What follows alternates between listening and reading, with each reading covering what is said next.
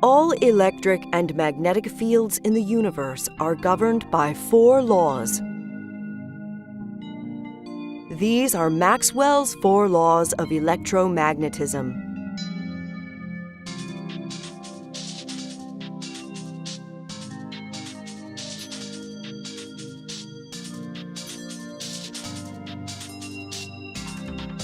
Just a single charged particle creates an electric field everywhere throughout the entire universe.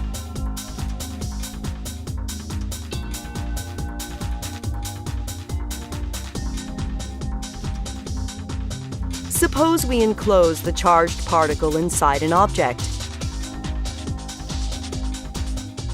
The number of electric field lines leaving the object is determined by the amount of charge inside.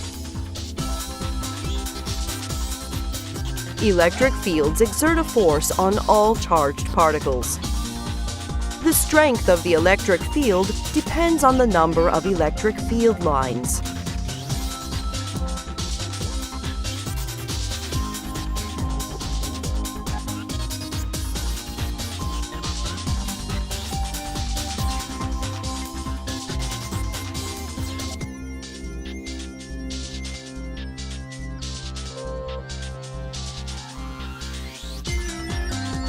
The electric field lines extend to infinity in all directions.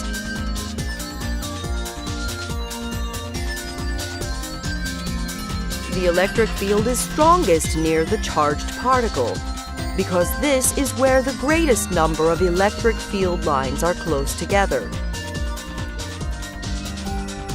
Maxwell's first law is that the number of electric field lines leaving an object is determined only by the amount of charge inside.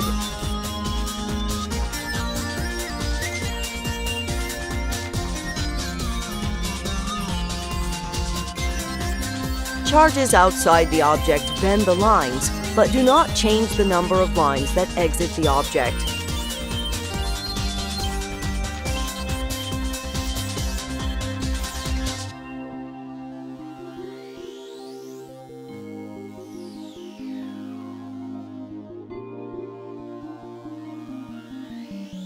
The only way to increase the number of lines leaving the object is by increasing the amount of charge inside. Since the amount of charge inside the object has now doubled, there are now twice as many electric field lines leaving the object, and the electric field is twice as strong. The number of electric field lines leaving the object does not depend on the object's shape or size.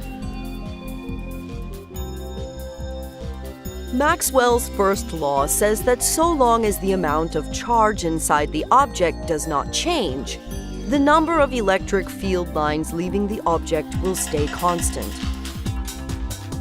The direction of the lines indicates the direction of the electric fields.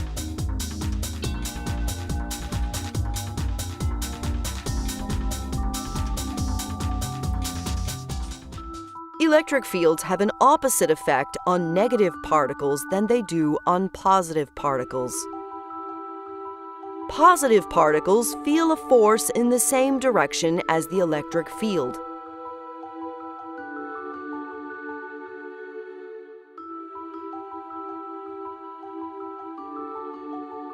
Negative particles feel a force in the opposite direction of the electric field.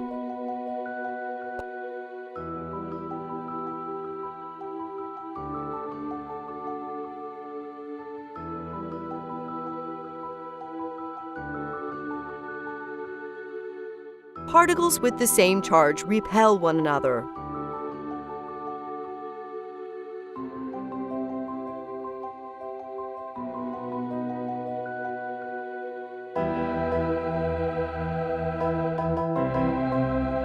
Particles with opposite charges attract one another.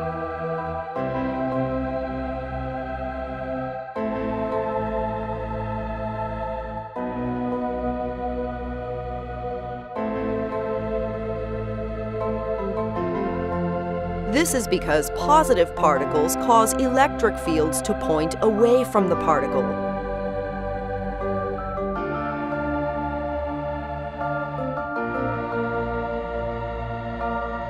and negative particles cause electric fields to point towards the particle.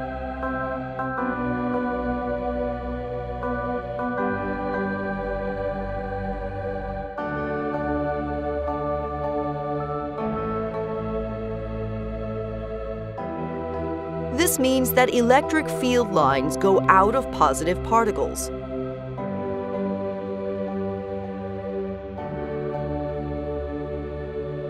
And electric field lines go into negative particles.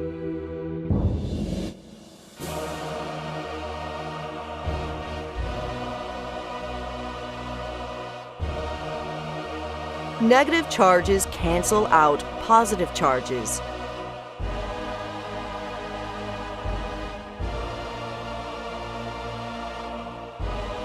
The number of electric field lines exiting this object is exactly equal to the number of electric field lines entering the object.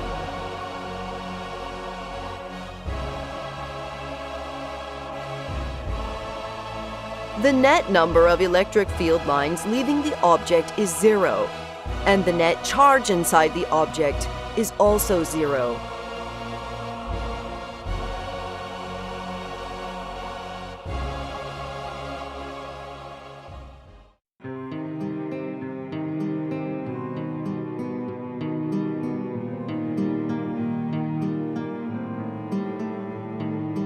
Magnetic fields are very different from electric fields.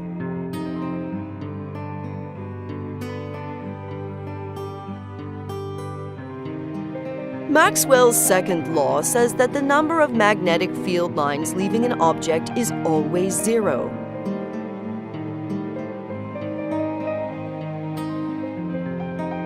No matter an object's shape or size, the number of magnetic field lines entering an object will always be exactly equal to the number of magnetic field lines exiting. This is true regardless of whether or not there are charges inside.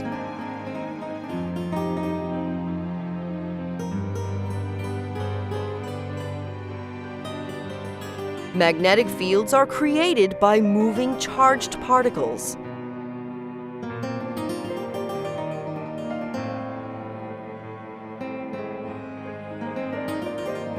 As was the case with electric fields, how close together the magnetic field lines are to one another indicates the strength of the magnetic field.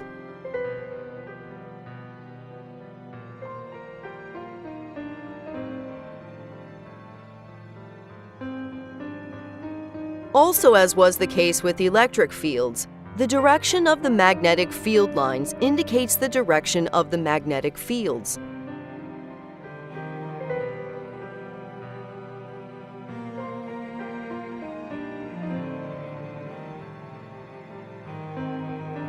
Maxwell's third law states that the strength of a magnetic field around a loop depends on the amount of charge passing through the loop each second.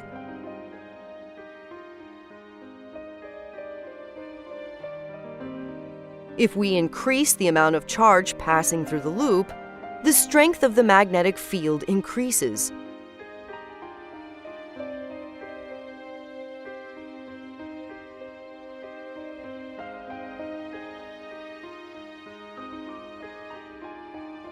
Negative particles flowing through a loop create a magnetic field in the opposite direction.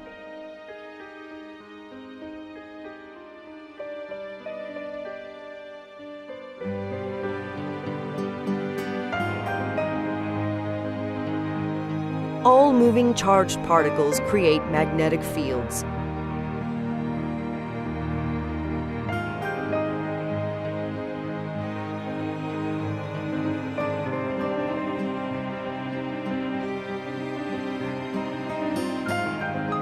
And magnetic fields exert a force on all moving charged particles.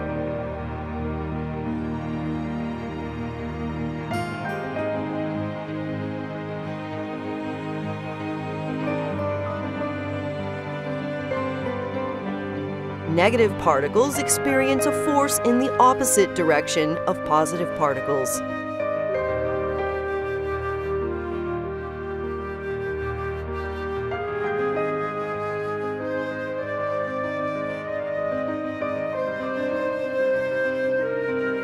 In the case of electric fields, particles feel a force parallel to the direction of the electric field.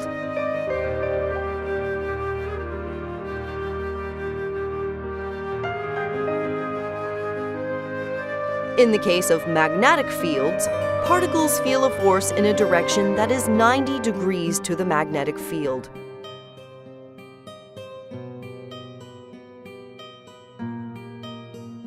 And 90 degrees to the direction of motion.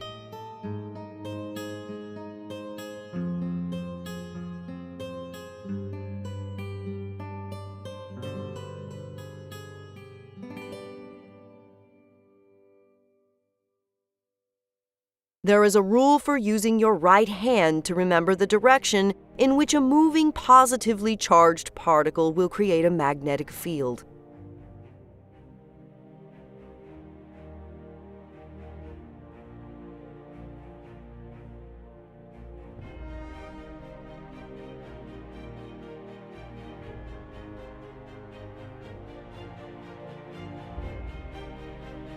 There is another rule for using your right hand to remember the direction in which a magnetic field will exert a force on a moving positively charged particle.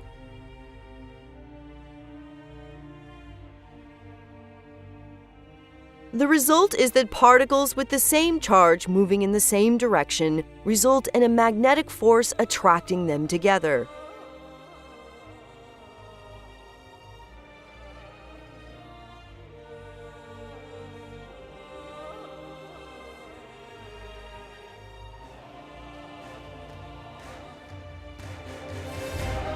The opposite is true for particles with the same charge moving in opposite directions.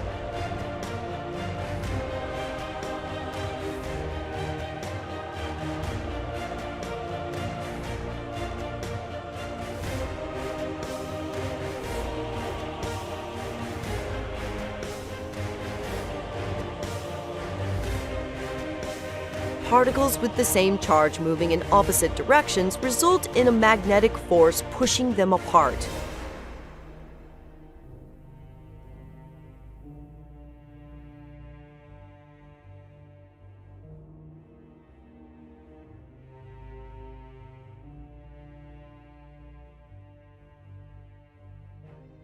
A rotating charged particle can be thought of as a loop of charged particles.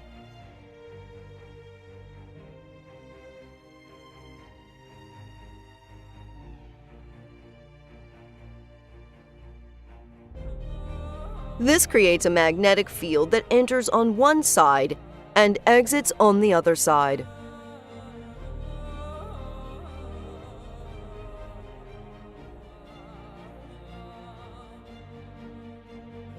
Let's call one side the South Pole and call the other side the North Pole.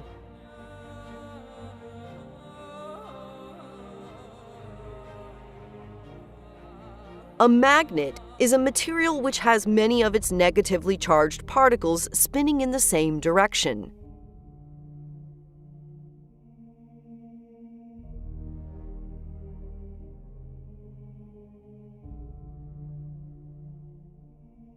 Every rotating charged particle is a miniature magnet, and every magnet can be thought of as a rotating loop of charged particles.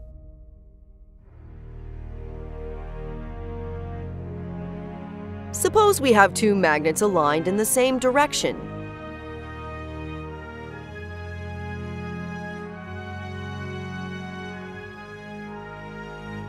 In this case, since we have particles with the same charge moving in the same direction, there will be a magnetic force attracting them together.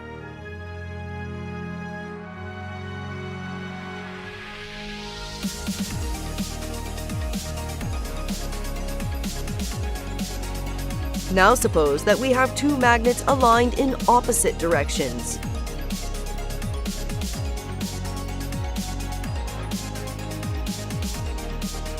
In this case, since we have particles with the same charge moving in opposite directions, there will be a magnetic force pushing them apart.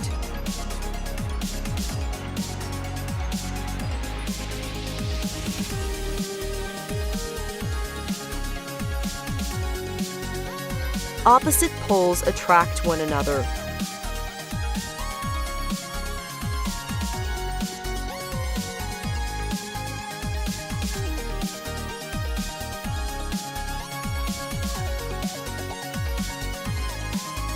Similar poles repel one another.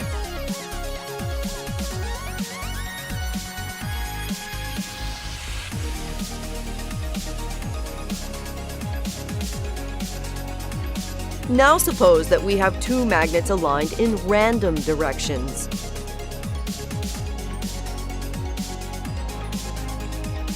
Particles with the same charge moving in the same direction will have a magnetic force pulling them together.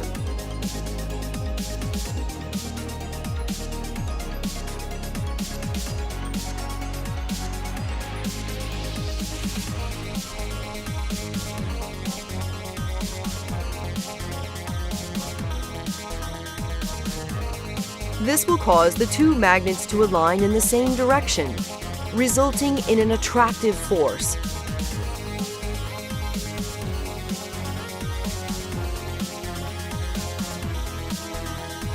A material doesn't have to be a magnet to be a magnetic material.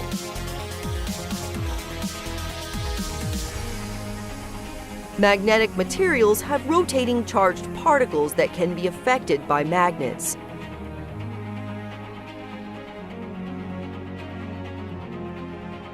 Normally, these rotations are in random direction.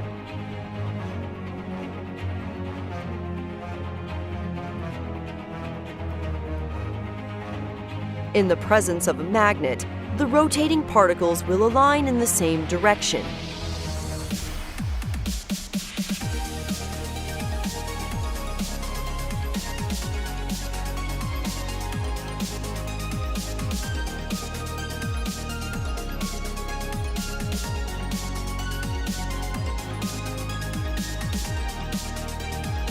This is what causes magnets to attract certain objects.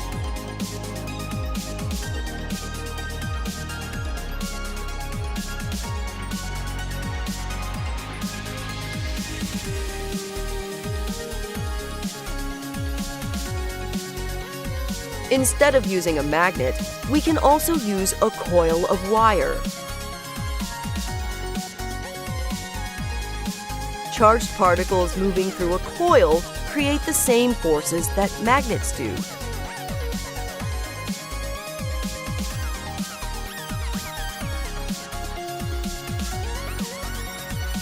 The strength of the force depends on the strength of the magnetic field.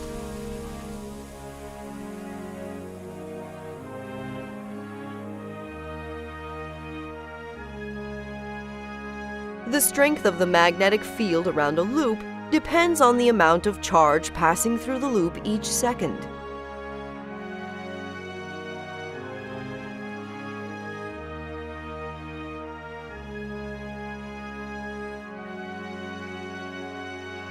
We can increase the number of charged particles passing through the loop each second by increasing the number of turns in the coil.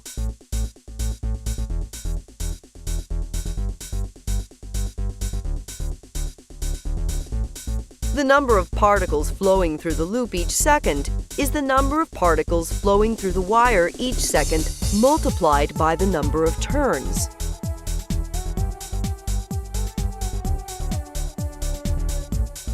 More turns in the coil results in a stronger field and in a stronger electromagnet.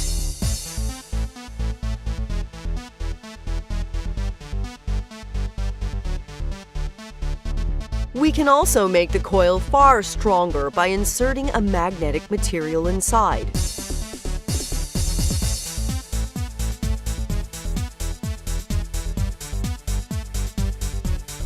The magnetic force from the coil will cause the rotating charged particles in the material to align in the same direction.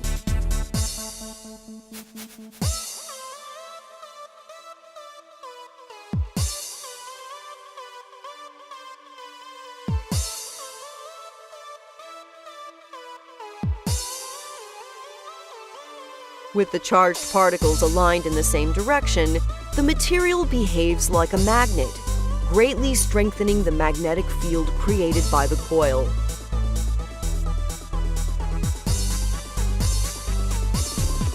For certain materials, the rotation of the charged particles will stay aligned even after the coil is removed.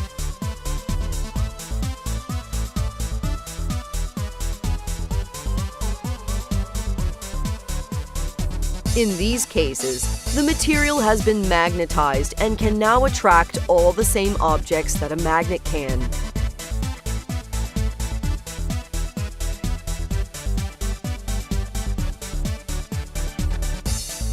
Coils and magnets create powerful magnetic fields. However, they are electrically neutral.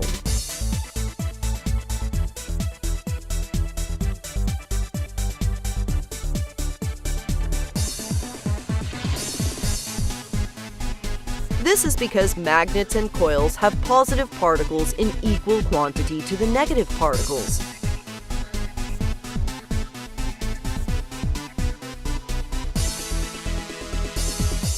Positively and negatively charged particles cancel each other out.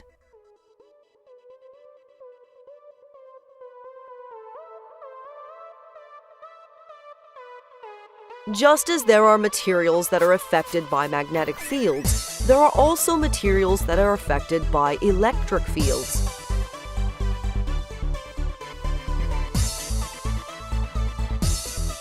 When the molecules inside this material feel an electric field, they orient themselves in a way so as to create an electric field in the opposite direction.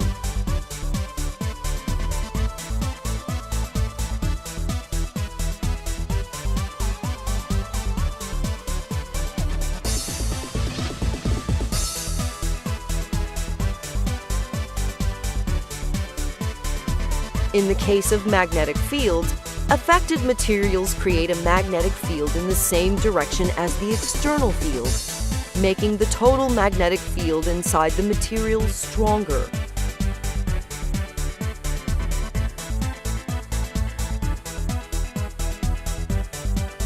In the case of electric fields, affected materials create an electric field in the opposite direction of the external field, making the total electric field inside the material weaker.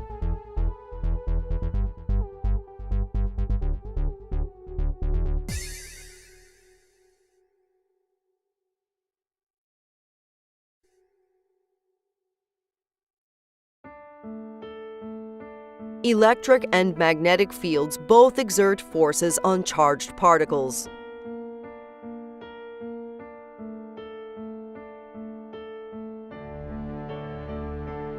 In the case of electric fields, the strength of a force on a particle is proportional to the amount of charge in the particle,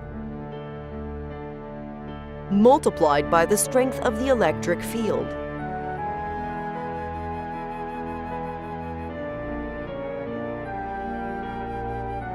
In the case of magnetic fields, the strength of the force on a particle is proportional to the amount of charge in the particle, multiplied by the area of the purple rectangle.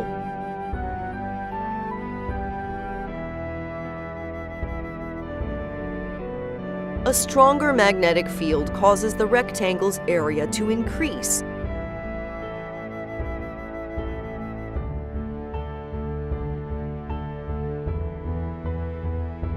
A faster speed also causes the area to increase.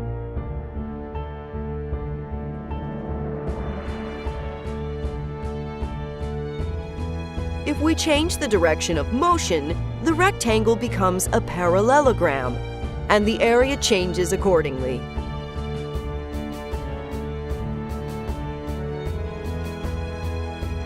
The force is greatest if the direction of motion is 90 degrees to the magnetic field.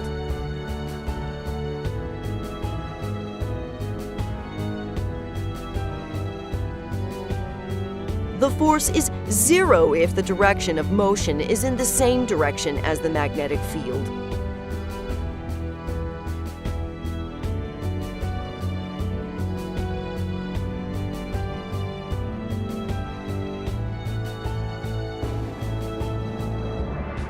The magnetic field is strongest near the moving charged particles, and we can represent this by the length of the arrows.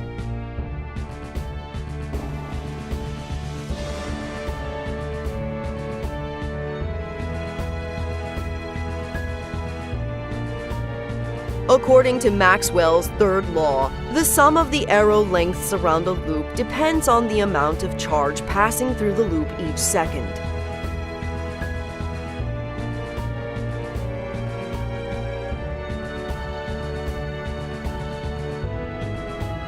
In this particular case, the amount of charge passing through the loop is the same, regardless of the loop's size.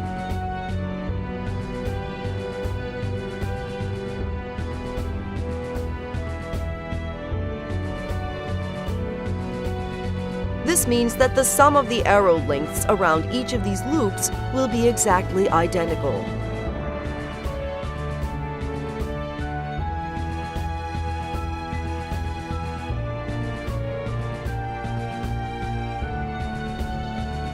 Maxwell's third law remains true regardless of the loop's shape or size.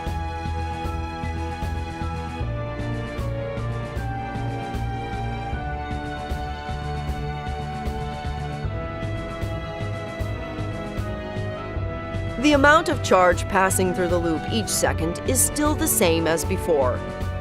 Therefore, the sum of the arrow lengths around the loop is still the same as before.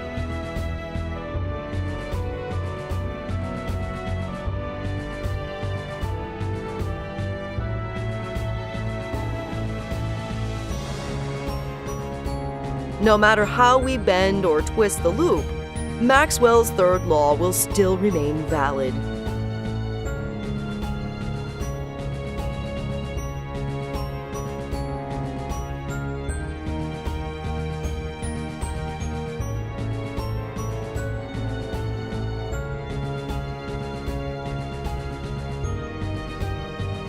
Suppose we create a loop that has no charges passing through it.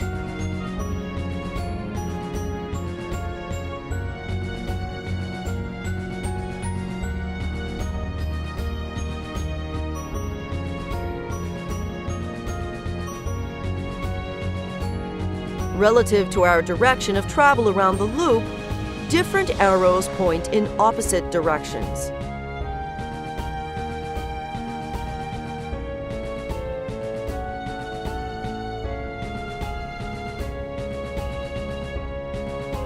Arrows pointed in opposite directions cancel each other out.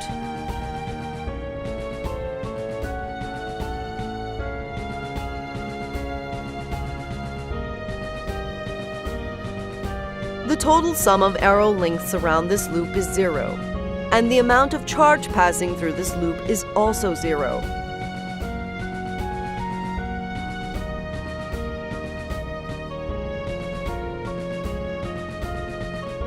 Just as magnetic field arrows pointed in opposite directions cancel each other out, charges passing through the loop in opposite directions also cancel each other out.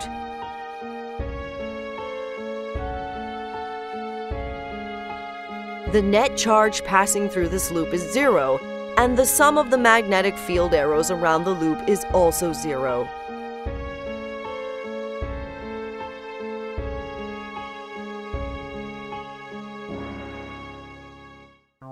If the loop is pointed in a different direction than the magnetic field, each arrow can be thought of as the combination of an arrow pointed 90 degrees to the loop's path and an arrow parallel to the loop's path.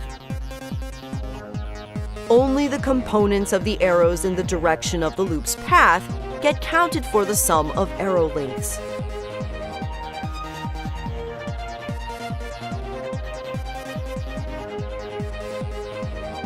Now let's consider the magnetic field created by just a single moving charged particle. The magnetic field starts appearing around each loop before the particle arrives, and the magnetic field does not instantly disappear after the particle has passed.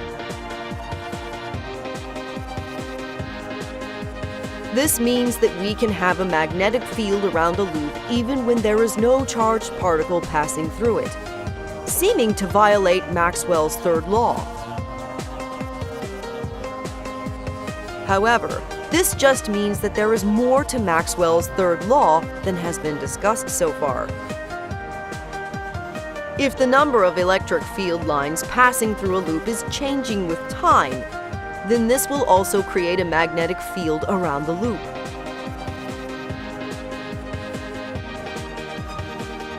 The sum of the magnetic field arrow lengths around the loop is determined by the amount of charge passing through the loop each second, plus the rate at which the electric field through the loop is changing with time.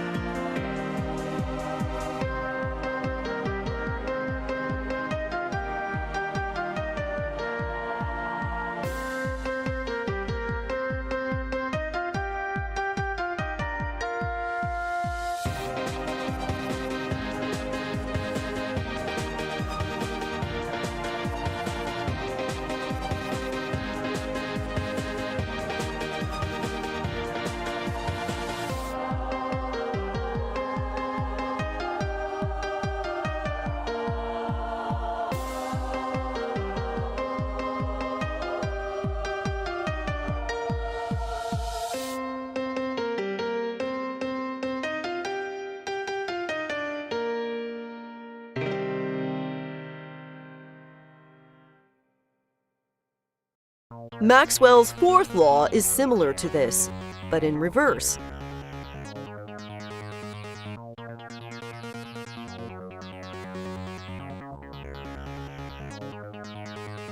Just as a changing electric field can create a magnetic field, Maxwell's fourth law is that a changing magnetic field can create an electric field. The sum of the electric field arrow lengths around a loop is determined by the rate at which the magnetic field through the loop is changing with time.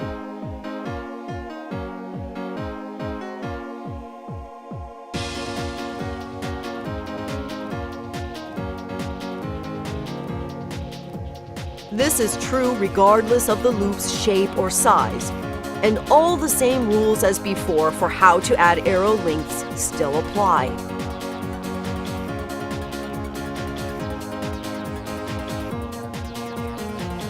A magnetic field passing through a loop can be created by a rotating ring of charged particles.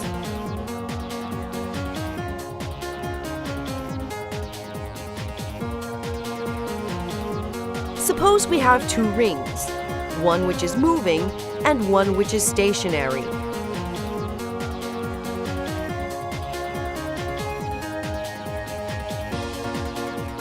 If we try to stop the rotating ring, the magnetic field will decrease.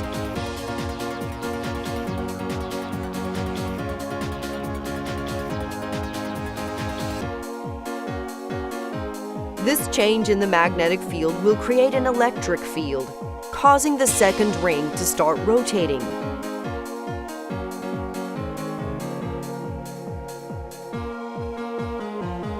The rotation of the second ring will create a new magnetic field in the same direction as the original magnetic field from the first ring.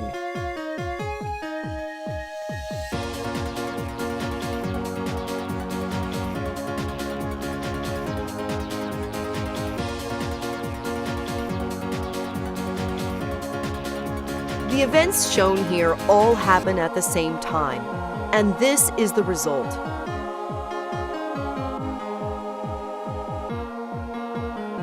Every time we try to change a magnetic field, it forces charged particles to move in a way to keep the magnetic field constant. Magnetic fields do not like to change.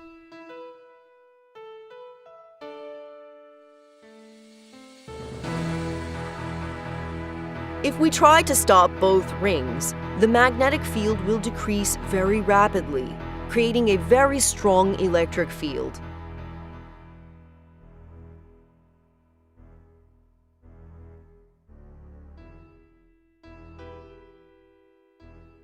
If we now try rotating one of the rings, this will cause an increase in the magnetic field. The magnetic field does not like to change, so it will react by creating an electric field, forcing the other ring to create a magnetic field in the opposite direction.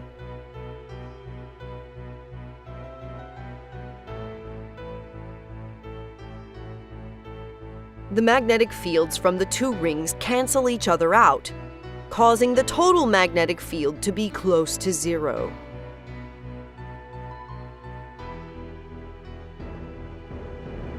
Magnetic fields do not like to change, so if we stop one of the rings, it will cause both rings to stop, so that the total magnetic field will remain close to zero. Every time we move one of the rings, this causes the other ring to move in the opposite direction.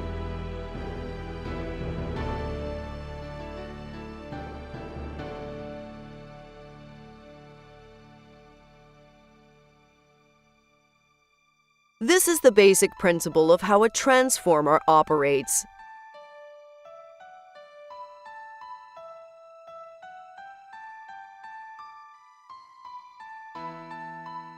We move the charged particles in the primary coil, and this causes the charged particles in the secondary coil to also move.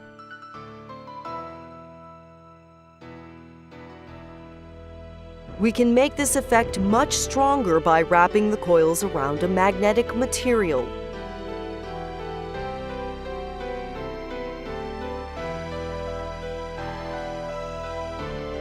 The rotating charged particles inside the magnetic material behave like miniature magnets.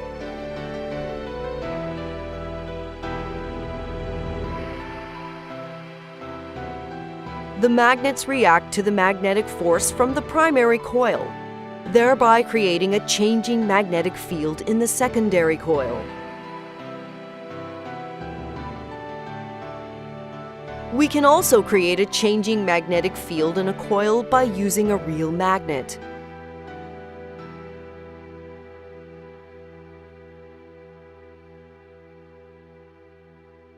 This is the basic principle of how electric generators operate.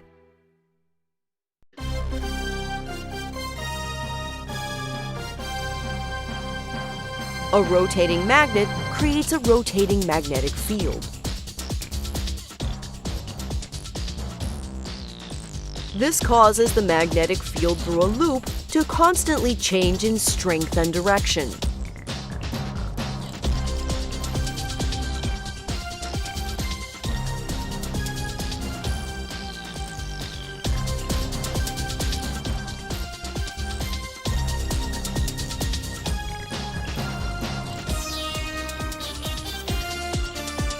The changing magnetic field then creates an electric field, causing charged particles to move.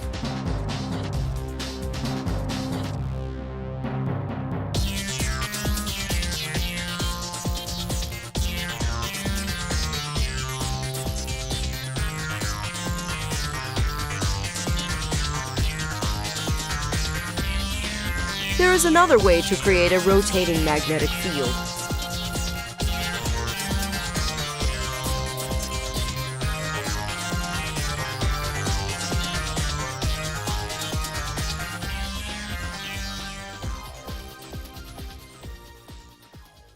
Suppose we have 3 coils of moving charged particles, each creating a magnetic field as shown.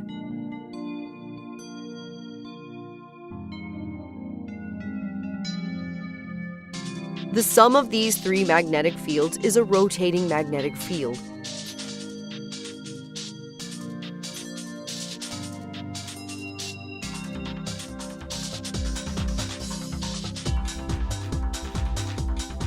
If we place a magnet inside these coils, it will try to line up with the magnetic field, but never be able to do so because the magnetic field keeps rotating.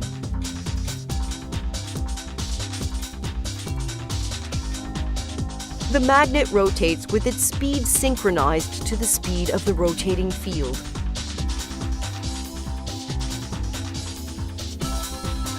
This is the basic principle of how a three-phase synchronous motor operates.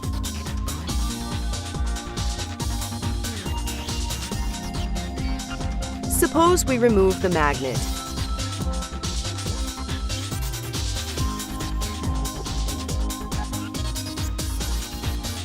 The rotating magnetic field created by the three coils can be thought of as if it is being created by a rotating ring of charged particles.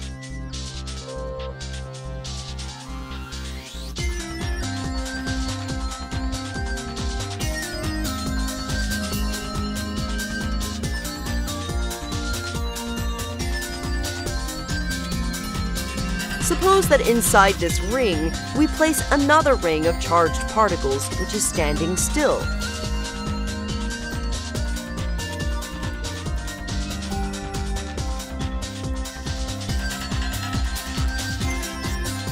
The changing magnetic field will create an electric field, causing the charged particles in the stationary ring to move.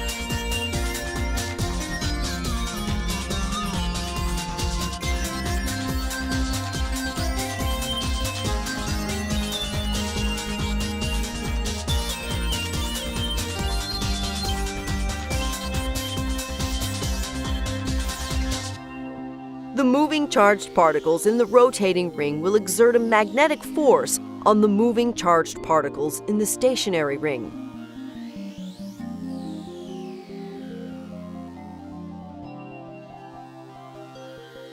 It will be an attractive force for the particles moving in the same direction, and a repulsive force for the particles moving in the opposite direction.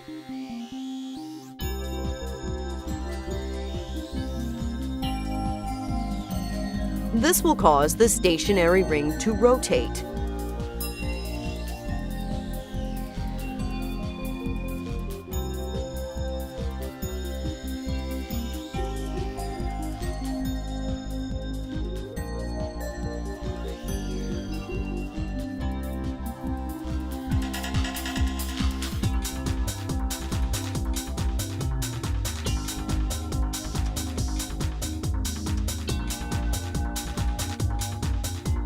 Therefore, placing a metal ring inside a rotating magnetic field causes the metal ring to rotate.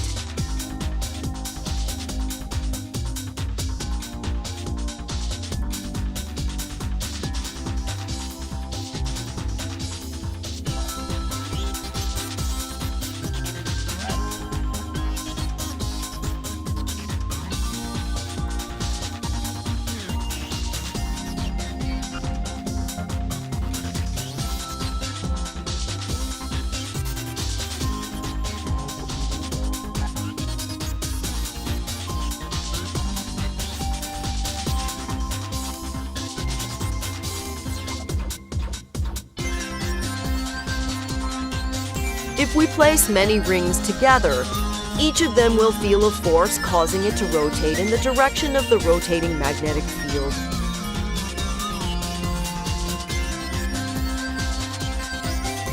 This is the basic principle of how an induction motor operates.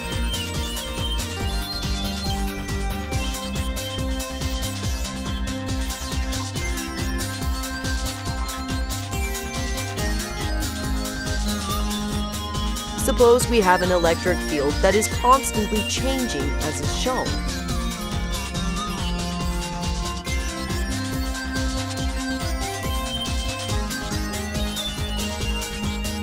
This changing electric field will create a changing magnetic field, which will then create another changing electric field.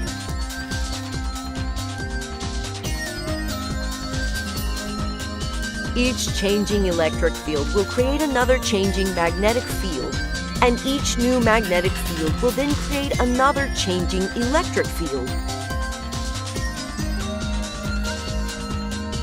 These electric and magnetic fields will therefore keep reproducing each other throughout all of space. And this is how radios and cell phones communicate.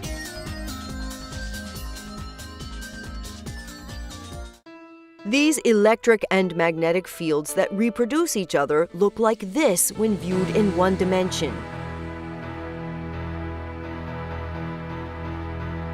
They form a wave that travels through space at the speed of light.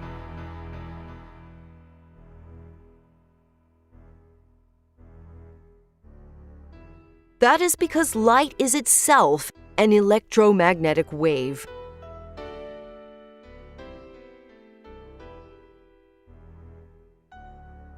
Nothing can travel through empty space faster than an electromagnetic wave.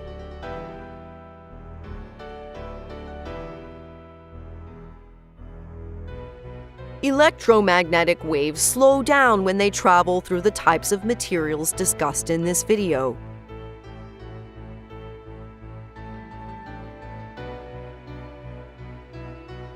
But when they travel through empty space, their speed is always constant to all observers.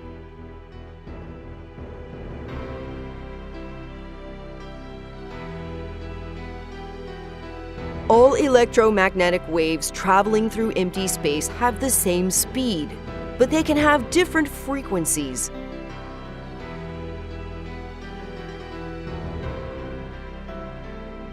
Every color of visible light is an electromagnetic wave with a slightly different frequency.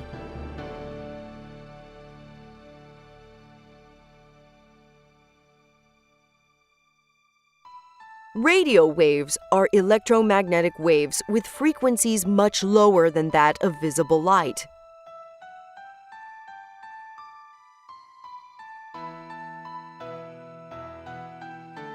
X-rays and gamma rays are electromagnetic waves with frequencies much higher than that of visible light.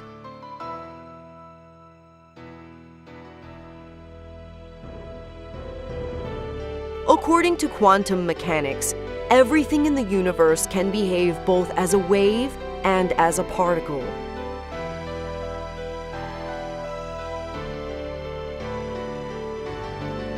From this perspective, an electromagnetic wave is really composed of particles which we have called photons.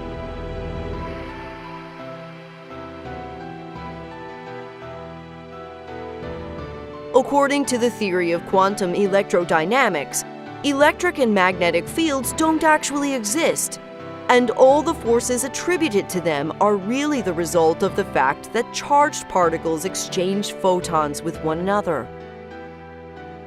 But that is another story. Note: Maxwell's laws are not numbered in any particular order. The sequence in which these 4 laws were presented in this video is arbitrary.